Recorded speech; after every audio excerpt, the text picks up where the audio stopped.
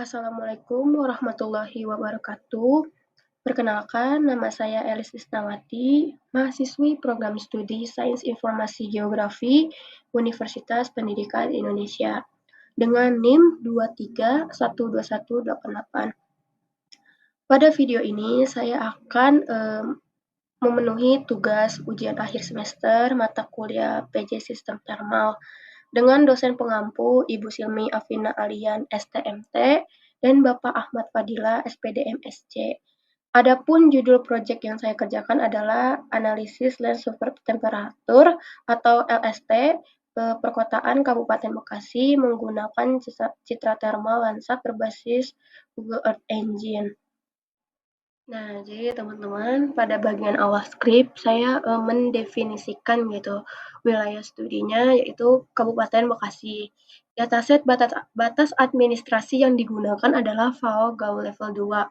Jadi saya tidak menggunakan data SHP yang saya ambil di website INA atau apapun.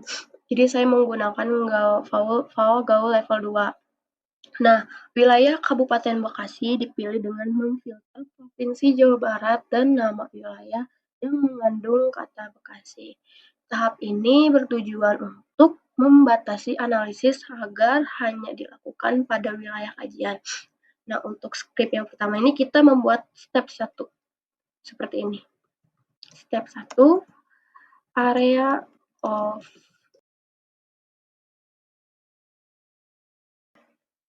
Nah, untuk penjelasan singkatnya, ini tuh digunakan untuk memanggil data batas administrasi.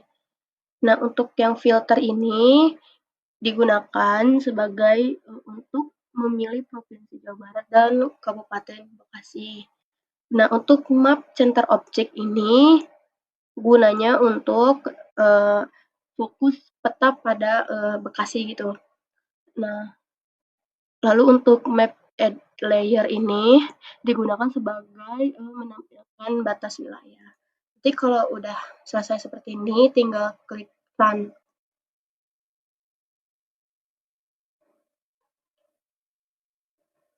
Nah, nanti akan seperti ini. Untuk area kajiannya, ya memang ini ke bawah.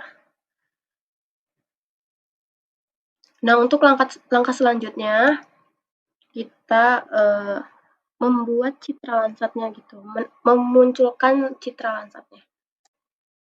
Kita buat lagi step kedua. Memunculkan citra Landsat. Nah, untuk tahap selanjutnya ini pemilihan data citra satelit gitu. Citra yang digunakan adalah Landsat 8 Collection 2 level 2 karena telah melalui koreksi radiometrik dan atmosfer. Nah, citra ini difilter tentang waktu dan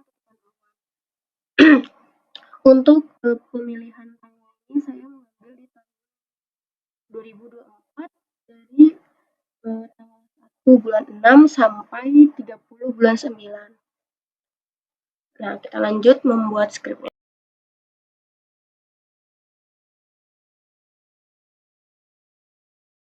Nah, teman-teman, ini adalah hasil untuk step kedua.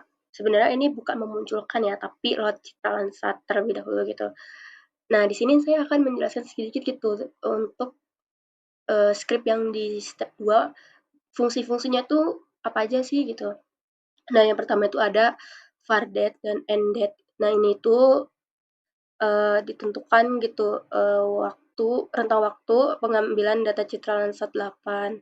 Jadi saya mengambil di tahun 2024 dan dari tanggal 1 bulan 6 sampai 30 bulan 9. Nah, yang selanjutnya yang ini fungsinya ini adalah apply scale gitu ya, untuk mengubah nilai digital citra Landsat menjadi reflektansi dan suhu sebenarnya sesuai dengan standar Landsat Collection 2. Lalu yang terakhir ini adalah citra Landsat difilter gitu berdasarkan wilayah, waktu, dan tutupan awan. Selanjutnya dilakukan komposit median untuk mengurangi gangguan awan. Jadi kan sebenarnya citra Landsat ini banyak gitu ya di tanggal-tanggal tertentu yang awannya banyak. Nah gunanya script ini tuh ya untuk memfilter gitu menjadi citra yang bersih. Nah untuk langkah selanjutnya kita ke step 3 ya teman-teman. Step ketiga. Nah, untuk step ketiga ini adalah perhitungan NDVI. Nah, di sini kita akan tulis NDVI. Nah, kita di sini akan membuat scriptlet terlebih dahulu ya, teman-teman. Nah, untuk langkah selanjutnya ini, di step keempat ini adalah emisivitas atau emissivity. Kita langsung buat scriptnya. Nah, jadi teman-teman di step 4 ini adalah emisivitas yang permukaannya dihitung berdasarkan proporsi vegetasi yang diperoleh dari NDVI. Nah, jadi emisivitas ini berfungsi sebagai faktor koreksi pada perhitungan suhu permukaan lahan. Nah, kita lanjut ke step 5 ya, teman-teman. Step kelima itu adalah LST, Land Surface Temperature.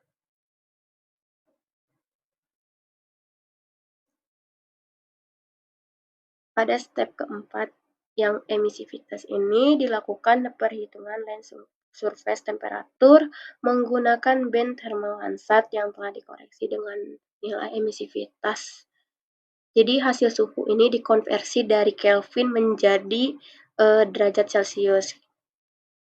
Nah, selanjutnya kita membuat zona suhu tingginya. Jadi teman-teman di step ke-6 ini adalah zona suhu tinggi yang ditentukan berdasarkan nilai LST di atas rata-rata wilayah Kabupaten Bekasi. Nah, untuk step terakhir kita akan mengekspor si LST. Nah, ini adalah hasil dari land surface temperature atau LST di Kabupaten Bekasi. Jadi di sini saya hanya menambahkan script judul peta gitu ya. Jadi makanya muncul seperti ini. Nah, untuk pola sebaran suhu permukaan itu berdasarkan hasil pengolahan citra Landsat 8 menggunakan Google Earth Engine diperoleh Kabupaten Bekasi dengan periode Juni sampai September 2024 dengan suhu sekitar 22 derajat sampai 42 derajat. Nah, untuk pola sebarannya ini ada di suhu rendah, yaitu di 22 derajat sampai 28 derajat. Itu didominasi oleh adanya tutupan vegetasi yang relatif tinggi itu biasanya, dan wilayah persawahan dengan lahan terbuka hijau, atau area perbatasan yang masih minim pembangunan. Nah, untuk yang di area yang suhunya sedang berada di 28 derajat sampai 34 derajat. Nah, itu tuh biasanya didominasi oleh kawasan campuran gitu antara permukiman dan lahan terbuka atau area transisi dari wilayah rural ke urban. Nah, sedangkan untuk yang suhunya tinggi itu yang berada di antara 34 derajat sampai 42 derajat Celcius itu biasanya didominasi oleh kawasan perkotaan dan pemukiman padat itu ya teman-teman, dan area industri atau kawasan terbangun. Dan biasanya ya di wilayah suhu tinggi ini didominasi oleh pemukiman kedap air seperti beton dan aspal gitu ya. Nah, berdasarkan gitu ya hasil analisis land surface temperature LST atau LST di Kabupaten Bekasi ini memiliki suhu permukaan yang lebih tinggi gitu teman-teman dibandingkan wilayah sekitarnya. Jadi pola ini dipengaruhi oleh kepadatan bangunan dan minimnya vegetasi sehingga menunjukkan indikasi adanya fenomena panas perkotaan. Nah, Biasanya wilayah yang dengan suhu tertinggi itu berada di suhu 34 sampai 42 derajat. Kenapa? Karena di Kecamatan Cikarang Barat, Cikarang Utara, dan Cikarang Selatan tuh biasanya didominasi oleh permukiman penduduk dan kawasan industri. Memang di sana tuh banyak sekali gitu ya teman-teman, kawasan industri yang minim vegetasi gitu. Bahkan di sana tuh vegetasi tuh hanya beberapa saja. Nah, untuk di Cikarang Timur dan Cikarang Pusat itu biasanya ada pusat aktivitas perkotaan gitu dan kawasan terbangun. Biasanya dia lebih maju dibandingkan dengan wilayah yang di bagian utaranya karena terdapat bangunan-bangunan tinggi di sana. Nah, untuk wilayah Tambun Utara dan Tambun Selatan ini wilayah urban yang berbatasan langsung dengan DKI Jakarta gitu. Nah, untuk sebagian wilayahnya seperti Babelan dan Tarumajaya itu biasa biasa itu kawasan pesisir dengan dominasi lahan terbangun dan minim vegetasi. Nah, sebaliknya kalau misalnya suhu permukaan yang lebih rendah yang berada di 22 sampai 28 tuh ya biasanya di daerah sini tuh biasanya didominasi dengan adanya pesawahan. Memang di sini tuh banyak sekali pesawahan gitu. Saya akhiri dengan penutupan. Mohon maaf bila ada kesalahan kata maupun kesalahan dalam pembuatan skrip LST ini. Mohon dimaafkan. Sekian. Wassalamualaikum warahmatullahi wabarakatuh.